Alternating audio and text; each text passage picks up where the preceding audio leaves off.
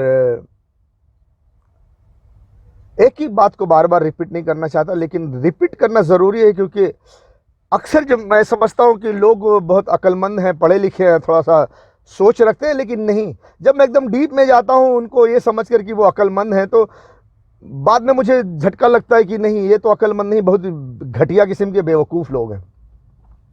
मैं पहले पढ़े लिखे मौलवियों को, जो मुसलमानों के मुल्ला हैं, इनको मैं बहुत बड़ा पढ़ा लिखा समझता था। जो बड़े बड़े मौलवी हैं और भी थोड़े कम पढ़े लिखे मौलवी हैं, मैं सोचता कि थोड़ा इल्म थोड़ा कम ज़्यादा है, लेकिन कोई बात नहीं, मौलवी है, उनको सब पता है। लेकिन ये जो मौलवी है ना, ये मौलवी झंडू बाम है, इनको इल्म नहीं, बहुत जाहिल जाहिल जाहिल जाहिल है। मौलवियों में ज़्यादा जहालत है। तो मेरा विश्वास ऐसा हो गया कि पहले जो मैं समझता था कि बड़े आलिम है, लेकिन ये तो बिल्कुल जाहिल निकले। वैसे आम लोगों को भी मैं समझता था कि ये थोड़े अक्लमंद हैं, थोड़े पढ़े लिखे हैं, कम से कम नहीं तो दुनिया को देखकर थोड़ी सी उनको ज्ञान होगा, थोड़ा सा इल्म होगा, थोड़ा सा नॉलेज रखते हैं, एकदम बेवकूफ़ नहीं है। लेकिन मैं समझता हूँ कि ये पूरे बेवकूफ़ हैं। 78% 80% ये लोग बेवकूफ़ होते हैं।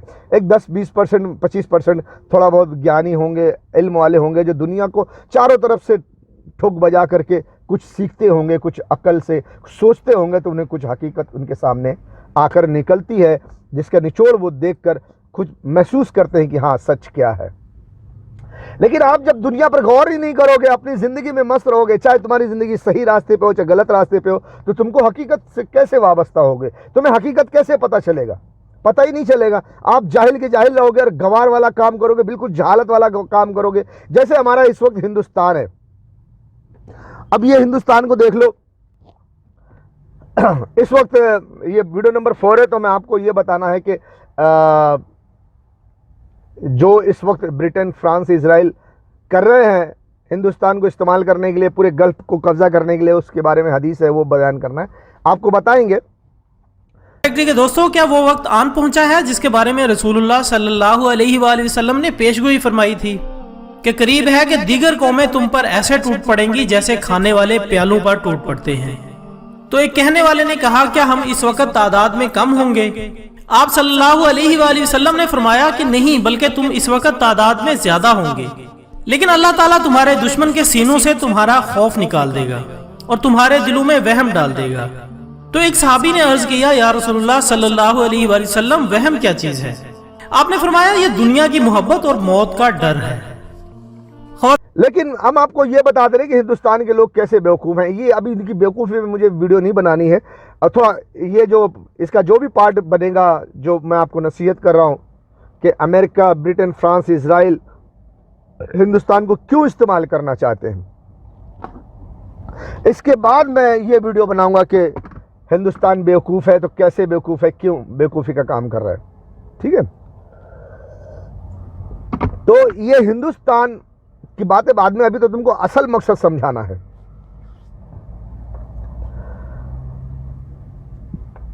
तो मेरे दोस्तों, ये पूरा खित्ता 2024-2025 में पूरा बर्बाद होगा, क्योंकि 2024, 25, 26, 27 यहीं में ये गल्फ भी बर्बाद होगा। यहीं से सारा कहानी शुरू होगा। यही बहुत बड़ा प्रोपेगेंडा है, यही बहुत बड़ा लालच का सौदा है, यही दुनिया की बर्बादी का सबब है।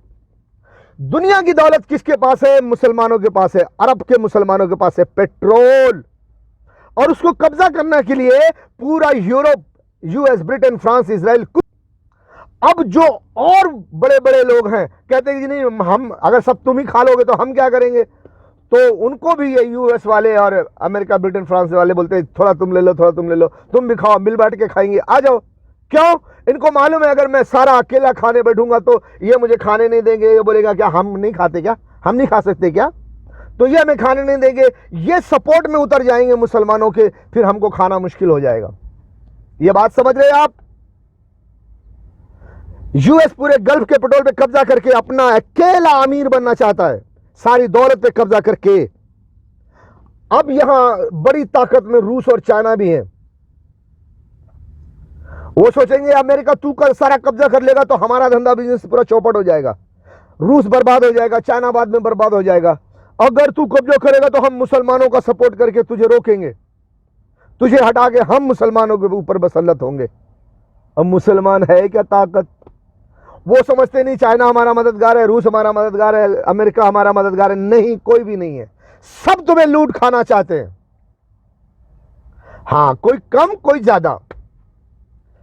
तो अब ये लोग अमेरिका ब्रिटेन फ्रांस इजराइल ये रूस से भी बात कर रहे हैं, चाइना से भी बात कर रहे हैं, भैया ये इतना इतना तुम भी ले लेना, इतना इतना हम ले लें, मुसलमानों को मारो, हमको मारने दो, सारा कब्जा करने दो, इतना इतना तुम ले लेना, इतना तुम ले लेना। लेकिन अमेरिका जो प्लान है उसके प्लान में है वन वर्ल्ड गवर्नमेंट।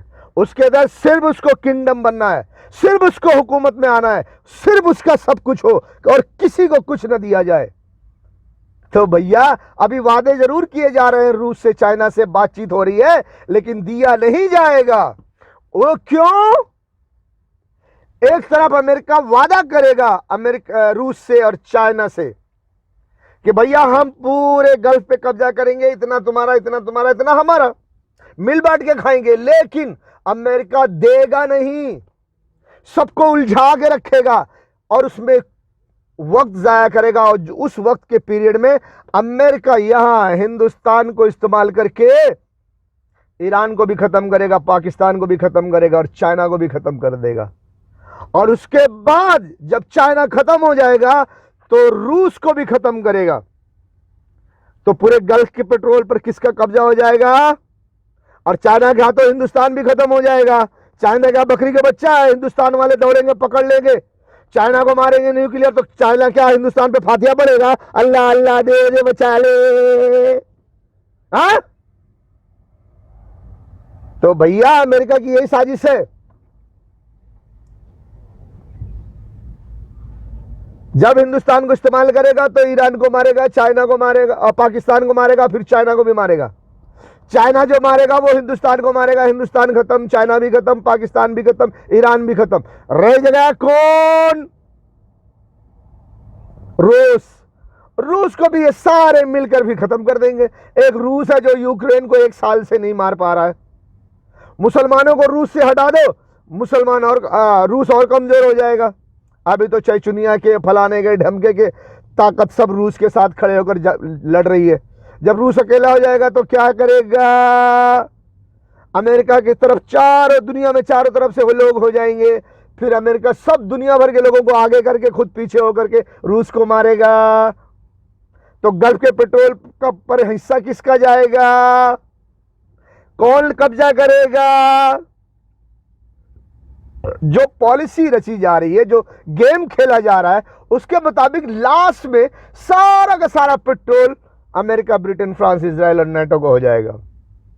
इजराइल अपना ग्रेटर इजराइल बना लेगा, सारे अरब के पेट्रोल पे कब्जा, वन वर्ल्ड ऑर्डर कायम, सारी दुनिया की खूबसूरत औरतें, बड़ी बड़ी मस्त मस्त खूबसूरत, सब उनके बिस्तर पे, उनके अय्याशी गड्ढे पर। चलो दफा हो जाओ दुनिया वालों, सब नौकरी करो, तनख्वाह पे काम करो, बस। फिर क्या? इस तरह से वो दुनिया को खत्म करेगा। लेकिन अभी वो प्लानिंग में है, उसके बातचीत कर रहा है, भैया तुम थोड़ा ले लो, तुम थोड़ा ले लो, तुम थोड़ा ले लो।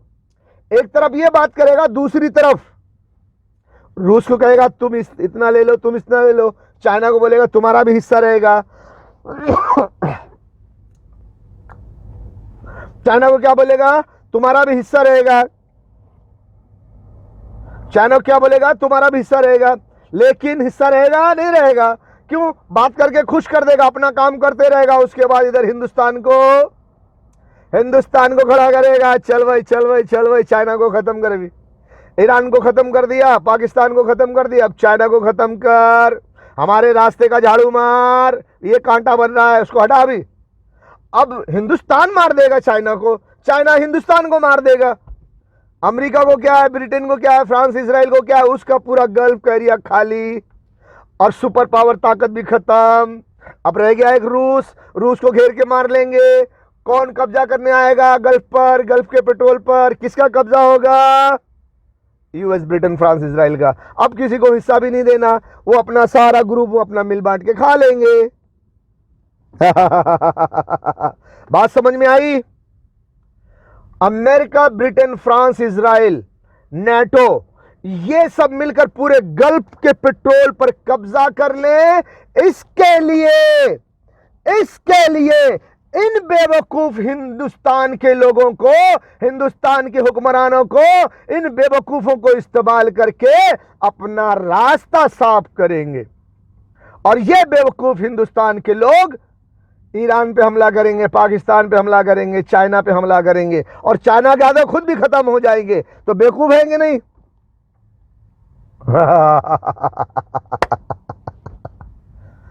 तो ये काम करने वाले अभी बहुत भौंकेंगे 24 के बाद। क्यों? अभी देखो अमेरिका भी वेटिंग लिस्ट में है।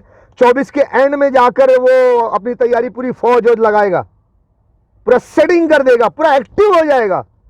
या 25 के स्टार्ट में। क्यों? क्योंकि अभी झाड़ू मारने वाला तैयार नहीं है ना। ये झाड़ू मारने वाले क्या, इलेक्शन है 24 में। बात को समझो, 24 में इलेक्शन है। अब कौन से महीने में मुझे खुद को पता नहीं है। 24 में इलेक्शन होगा तो थोड़ा टाइम जाएगा ना। इलेक्शन होगा, फिर फैसला होगा, डिसाइड होगा, प्रधानमंत्री बनेगा। कौन बनेगा? तो वही मोदी जी बनेगा, है ना। बीजेपी बने। क्यों? कोई अपोजिशन नहीं है, सब जाने दो, ज्यादा नहीं बोलूंगा। वो इलेक्शन के बाद सब प्रधानमंत्री वगैरह वगैरह सब बन जाएंगे। किसको मिनिस्टर बनाना है, किसको किस इलाके का मिनिस्टर बनाना है, किसको कौन कहां का नेता बनने वाला है, सारे फैसले हो जाएंगे। जरा फैसला तो हो जाने दो यार, सारे फैसले हो जाएंगे, बराबर सारे फैसले हो जाएंगे। हाँ, मेरी वीडियो चल रही है, नहीं चल रही यार, बाद में धोखा हो जाता है। सारे फैसले हो जाएंगे, सारे मिनिस्टर कुर्सी पे बैठ गए। Yes, I am ready, I am ready, I am ready. तो प्रधानमंत्री जी कॉल करेंगे, ओ यूएस के प्राइम मिनिस्टर साहब, यूएस के प्रेसिडेंट साहब, हाँ जी, हमारे मुल्क में इलेक्शन हो गया है और हम तैयार हो गए। हाँ हाँ हाँ, चलो अब रेडी हो जाओ पाकिस्तान पे हमला करने के लिए। तुम उधर पाकिस्तान पे हमला करो, जैसे पाकिस्तान हमें फंसता हुआ नजर आएगा, हम इधर अरब के पेट्रोल पर, गल्फ पे कब्जा करना शुरू कर देंगे। हाँ बाबूजी, हाँ। मैंने आपको बताया कि चाइना से, रूस से इस वक्त बात यही होगी कि भैया हमको कब्जा करने दो, इतना तुम ले लेना, इतना तुम ले लेना, हमारे तुम्हारे ये मसला बातचीत से हल कर लेंगे। आओ तुम्हारा भी हिस्सा लगाते हैं, तुम भी खाओ पियो, हम भी खाएंगे पिएंगे, ए मुसलमानों को जाने दो। इस बात की खबर अल्लाह के नबी सल्लल्लाहु अलैहि वसल्लम ने, आखिरी नबी मोहम्मद रसूलुल्लाह सल्लल्लाहु अलैहि वसल्लम ने मुसलमानों को 1400 साल पहले बता दिया गया था कि एक वक्त आएगा कि दुनिया के सारे कुफार तुम पर टूट पड़ेंगे, ऐसे जैसे टूट पर गिरने वाले खाने के बिस्तर पे गिरते हैं। तो सहाबा ने पूछा कि या रसूलुल्लाह सल्लल्लाहु अलैहि वसल्लम, उस वक्त क्या हम बहुत थोड़े होंगे? तो नबी सल्लल्लाहु अलैहि वसल्लम ने फरमाया, नहीं, तुम्हारी तो अक्सरियत होगी, बहुत लोग होंगे, लेकिन तुम में एक बीमारी होगी जिसका नाम वहन है। वहन का मतलब क्या? सहाबा ने पूछा तो कहा कि मौत का डर और दुनिया से मोहब्बत। दोस्तों, क्या वो वक्त आन पहुंचा है जिसके बारे में रसूलुल्लाह सल्लल्लाहु अलैहि वसल्लम ने पेशगोई फरमाई थी कि करीब है कि दीगर कौमें तुम पर ऐसे टूट पड़ेंगी जैसे खाने वाले प्यालों पर टूट पड़ते हैं। तो एक कहने वाले ने कहा, क्या हम इस वक्त तादाद में कम होंगे? आप सल्लल्लाहु अलैहि वसल्लम ने फरमाया कि नहीं, बल्कि तुम इस वक्त तादाद में ज्यादा होंगे, लेकिन अल्लाह ताला तुम्हारे दुश्मन के सीनों से तुम्हारा खौफ निकाल देगा और तुम्हारे दिलों में वहम डाल देगा। तो एक सहाबी ने अर्ज किया, या रसूलुल्लाह सल्लल्लाहु अलैहि वसल्लम, वहम क्या चीज है? आपने फरमाया, ये दुनिया की मोहब्बत और मौत का डर है। नबी अकरम सल्लल्लाहु अलैहि वसल्लम ने, बहरहाल नबी अकरम सल्लल्लाहु अलैहि वसल्लम ने बताया कि मुसलमानों को वहन हो जाएगा। वहन में एक बीमारी है, वो बीमारी क्या है? मुसलमानों को दुनिया से मोहब्बत हो जाएगी, दिल लगा लेंगे दुनिया से। हाय मेरी जान, तुझे नहीं छड़ के जाना है, यही रहना है, हाँ दुनिया में रहना है। और मौत का डर पैदा हो जाएगा, नहीं नहीं नहीं, नहीं मैं मरूंगा नहीं, मरना नहीं चाहता। आज देखो बड़े बड़े मुसलमान बात करते हैं, मुसलमान मौत से नहीं डरता। फिर तेरी माँ की, तू साले डरता है, तेरे मौलवी डरते हैं, डरपोक बुज़दिल कायर हैं, तेरे अकाबरीन मौत से डरते हैं। देख देवबंदियों ने कैसा फतवा दिया कि जिस मनु को तुम मनु मानते हो, जिस ओम को तुम अपना ओम मानते हो, उसको हम अल्लाह और आदम मानते हैं। ये देख डर है, ये डर है, ये अकाबरीन बुज़दिल कायर नामर्द हैं, डरते हैं ये। वरना वो अल्फाज जो 1400 साल पहले मोहम्मद रसूलुल्लाह सल्लल्लाहु अलैहि वसल्लम ने नहीं बोला, उन्होंने इस बारे में कोई तालीम नहीं दी। तू कौन होता है ऐसी बात करने वाला? मौलवी? हाँ थू, मौलवी के मुंह पे थूकता हूं। क्यों अल्लाह और उसके रसूल से अपने कदम को आगे बढ़ाते हो, जिसका फतवा, जिसके बारे में अल्लाह और उसके रसूल सल्लल्लाहु अलैहि वसल्लम ने कुछ नहीं बोला? तू कौन होता है फतवा देने वाला कि मनु को हम आदम मानते हैं और ओम को अल्लाह मानते हैं? अरे ओ काबरीन, तुम बुज़दिल कायर नामर्द हो, हिजड़े हो तुम। अरे तुम वही काबरीन हो जो आने वाले थोड़े समय में अपने घर की जवान बेटियों का हाथ पकड़ करके इन भगवाधारियों को दोगे और कहोगे लो इनकी इज्जत लूट लो, इनके आगे पीछे से जो करना है कर लो, हमारी जान बख्श दो, मौत से डरोगे। तुमने सुना नहीं, एक नारा लगाया गया था, मुल्ले काटे जाएंगे, राम राम चिल्लाएंगे। ए मुल्लो नामर्द हो गए हो, हिजड़े हो गए हो तुम, बुज़दिल कायर हो गए हो तुम।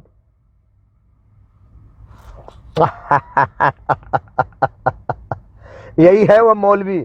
और सिर्फ यही नहीं, और भी बहुत सारे मुल्ला मौलवी है जो नामर्द हैं, हिजड़े हैं। उनके हजारों की महफिल मिल जाए तो कुत्ते की तरह भौंकेंगे, करेंगे कुछ नहीं। हाँ दम नहीं है इनमें। बहरहाल तो यही मुसलमान कौम मौत से डरेंगे और जिंदगी से मोहब्बत हो जाएगी।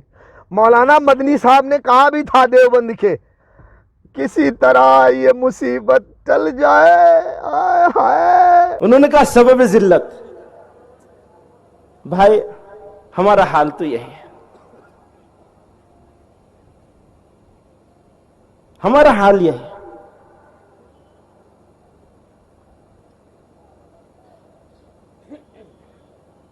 हमें कैसे इज्जत मिल सकती है? हमारी कौम जलील हो रही, बेइज्जत और रुस्वा हो रही। जो कौम मिन हैसुल कौम जलील और रुस्वा हो जाए, उस कौम का कोई भी फर्द अपने कलम से, अपने दोस्तों के खिताब से कुछ भी बन जाए, उसको इज्जत नहीं मिल सकती। मेरे पास वीडियो है, दिखा दूंगा, इसमें भी थोड़ा डाल दूंगा। इन बुज़दिलों कायरों किसी तरह डर जाए। तुमको मालूम नहीं है, अकाबरीन हो तुम, तुमको कुरान हदीस नहीं मालूम है, तुम्हें नहीं मालूम कि ये वही फितना है जो इमाम मेहदी अलैहिस्सलाम से पहले का फितना, क़यामत के करीब का फितना। मुसलमानों को मुसीबत में डाला जाएगा, फितना होगा। मुसलमान पे चारों तरफ से लोग टूट पड़ेंगे, मारे जाएंगे, काटे जाएंगे मुसलमान। सुबह को मुसलमान मुसलमान बन के उठेगा तो शाम तक वो काफिर हो जाएगा। ऐसे बड़े बड़े फितने होंगे, तुझे नहीं मालूम?